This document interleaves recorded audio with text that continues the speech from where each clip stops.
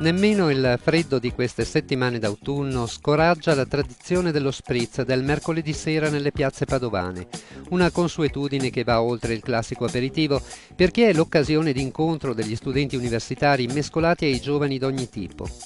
Tradizione un po' discussa in questa città che deve fare i conti spesso con mode e costumi giovanili non sempre ben accetti perché non sempre rispettosi dei diritti altrui. Ma così van le cose. Come ci si allontana dalle piazze del centro è il deserto cittadino. Andiamo poco più giù, oltre l'area universitaria del Bo, tra le stradine che si irradiano dalle riviere. Arriviamo qui in via degli Zabarella, tra gente che va e viene. Entriamo oltre il portone del centro universitario ospitato da quel bel palazzo restaurato da pochi anni, centro di cultura e spiritualità, con servizi e proposte per docenti, studenti e semplici cittadini. Ai piani alti, oltre la lunga scalinata che apre uno scorcio sulla Padova antica e signorile, c'è la residenza dottorale, nata per offrire un ambiente che sia occasione per una convivenza all'insegna della condivisione e del confronto reciproco tra giovani laureati che hanno iniziato a dedicarsi allo studio e alla ricerca, in particolare dottorandi, specializzandi di medicina, borsisti presso l'Università degli Studi di Padova e laureati con borsa di studio o contratto a tempo determinato del CNR.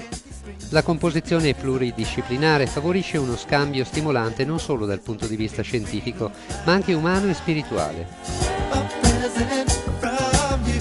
A noi interessa però l'androne in questo mercoledì di novembre che ha visto partire un singolare progetto. Si chiama Progetto Agio, Giovani in Rete.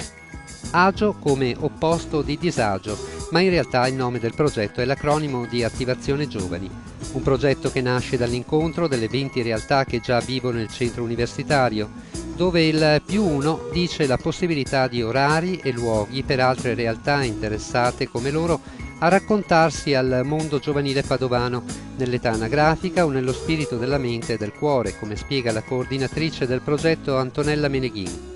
Il +1 è per non chiudere questa rete, ma anzi lanciarla e dare la possibilità anche a chi non fa parte del gruppo di avere uno spazio qui al centro universitario per potersi esprimere. Penso ai ragazzi soprattutto che studiano nelle nostre aule studio e che potrebbero magari la sera ritrovarsi qua per un film, per una chiacchierata, ma anche per prendere qualcosa insieme in compagnia, semplicemente così. E allora entriamo anche noi in questo primo mercoledì che dopo l'SOS Bici per educare al fai da te, chi ha problemi con le 2 ruote e lo spazio silenzio, si apre con il bioaperitivo offerto oggi dall'associazione Fuori Target e l'AGK, che in serata proporrà anche un cortometraggio insieme alla musica dell'Associazione Studenti Camerunesi con il network interculturale.net. Tra un bioaperitivo dove l'alcol è bandito, una tazza di ottimo tè e qualche stuzzichino è difficile non farsi attrarre dalla musica che arriva dalla Sala Blu, dove ogni mercoledì si ritrova il gruppo vocale Iris Ensemble per le prove settimanali. È diretto da Marina Malavasi che dirige con gioiosa severità le prove al pianoforte.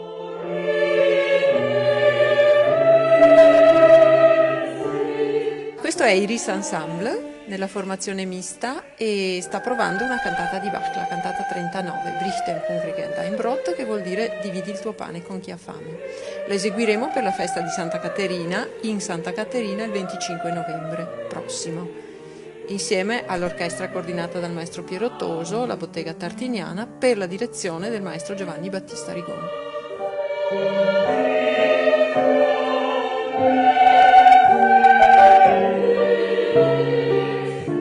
Si entra nell'ensemble venendo a sentire una prova, facendo una piccola audizione e partecipando alle prove il mercoledì dalle 18 alle 20 presso il centro universitario.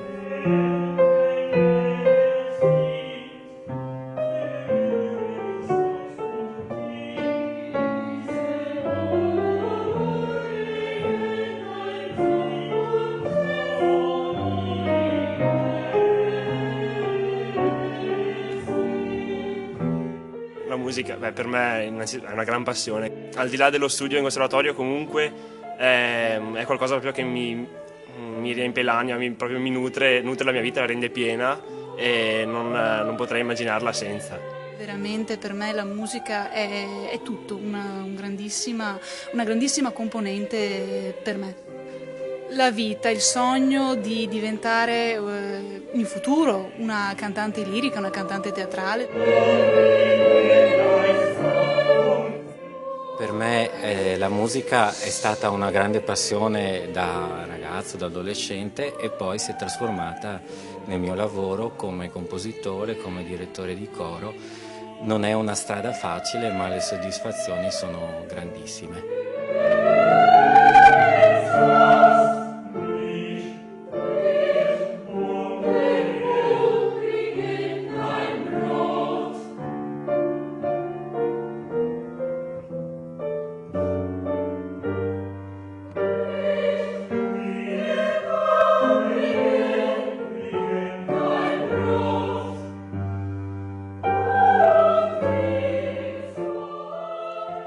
L'Iris Ensemble promuove anche scambi culturali con cori giovanili di altri paesi, Stati Uniti, Canada, Svizzera. Il suo repertorio spazia dal Rinascimento italiano alla musica classica europea, dall'elaborazione di canti tradizionali alla musica contemporanea e al repertorio teatrale.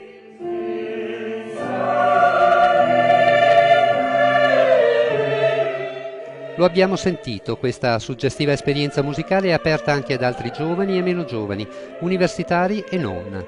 E alla fine chiediamo un promo per invogliare altri a rinfoltire le fila. Vi aspettiamo al coro Iris Ensemble, siamo simpatiche, ci sta bene qui, è un bell'ambiente e per chi ama cantare è veramente il posto migliore dove venire.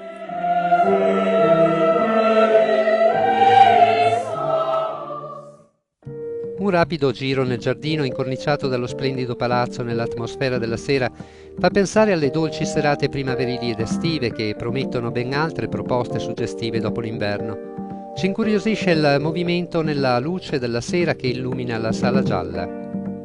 Dietro ai vetri un folto gruppo della FUCI, la Federazione Universitaria Cattolica Italiana. Sono riuniti per preparare un appuntamento tutto universitario che parte da uno slogan curioso e stimolante. Quello che abbiamo pensato tutti sui banchi di scuola, ma che ora diventa drammatica attualità, visto lo stato degli atenei italiani e delle prospettive di studio. Meglio furbi che colti, studiare conviene, è l'iniziativa che stiamo preparando per la settimana dell'università, che è un appuntamento che la FUCI vive in tutta Italia nella seconda settimana di novembre.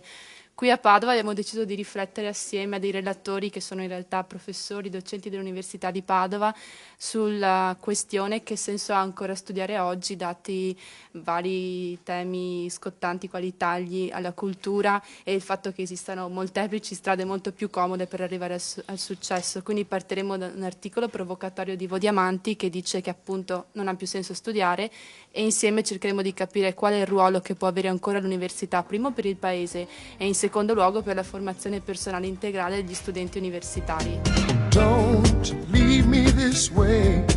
Noi siamo il gruppo di Padova della FUCI, la Federazione Universitaria Cattolica Italiana.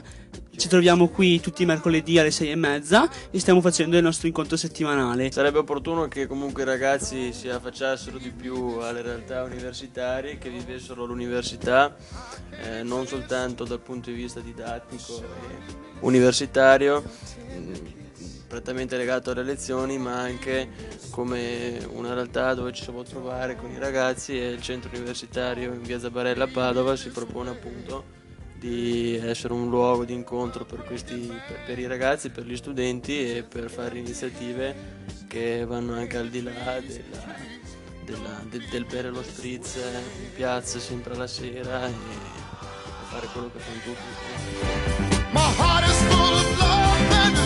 In questo assaggio dei mercoledì di Attivazione Giovani si inaugura anche la mostra Homo Migrans con le vignette di Vauro Senesi sul tema del viaggio e del turismo, come ci spiega Viviana Cocchi dell'Associazione Fratelli dell'Uomo che ha organizzato questo evento. La mostra fotografica di Vauro Senesi Homo Migrans è una mostra organizzata da Fratelli dell'Uomo, un'associazione di cooperazione decentrata, cooperazione nei paesi del sud del mondo, che oramai è attiva dagli anni 60 e ha voluto portare nella città di Padova la mostra delle vignette che Vauro Senesi ha disegnato apposta per noi per parlare di migrazioni, flussi migratori e intercultura.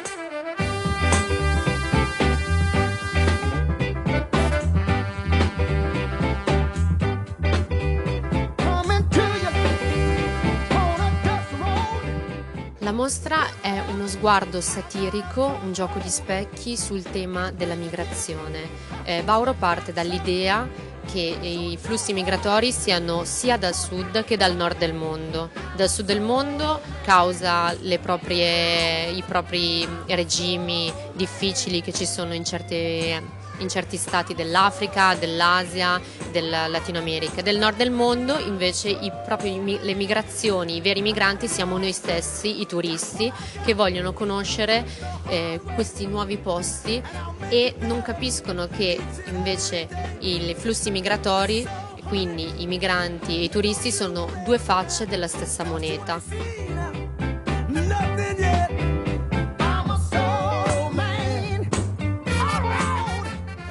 Una mostra che resterà aperta fino alla fine di novembre, quindi fino al 30 novembre al centro universitario di Via Zabarella a Padova.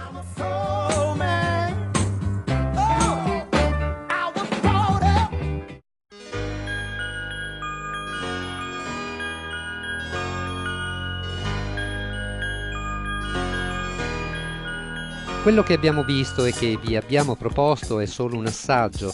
I mercoledì del progetto Agio al Centro Universitario Padovano di Via Zabarella proseguiranno fino a giugno con innumerevoli proposte che hanno per protagonisti realtà come Esperimentiamoci, Nube, Scienze in Musica, Greenpeace, Radio Bue, associazioni che fanno riferimento a salesiani e comboniani, realtà multietniche come i camerunesi, gruppi musicali di vario genere.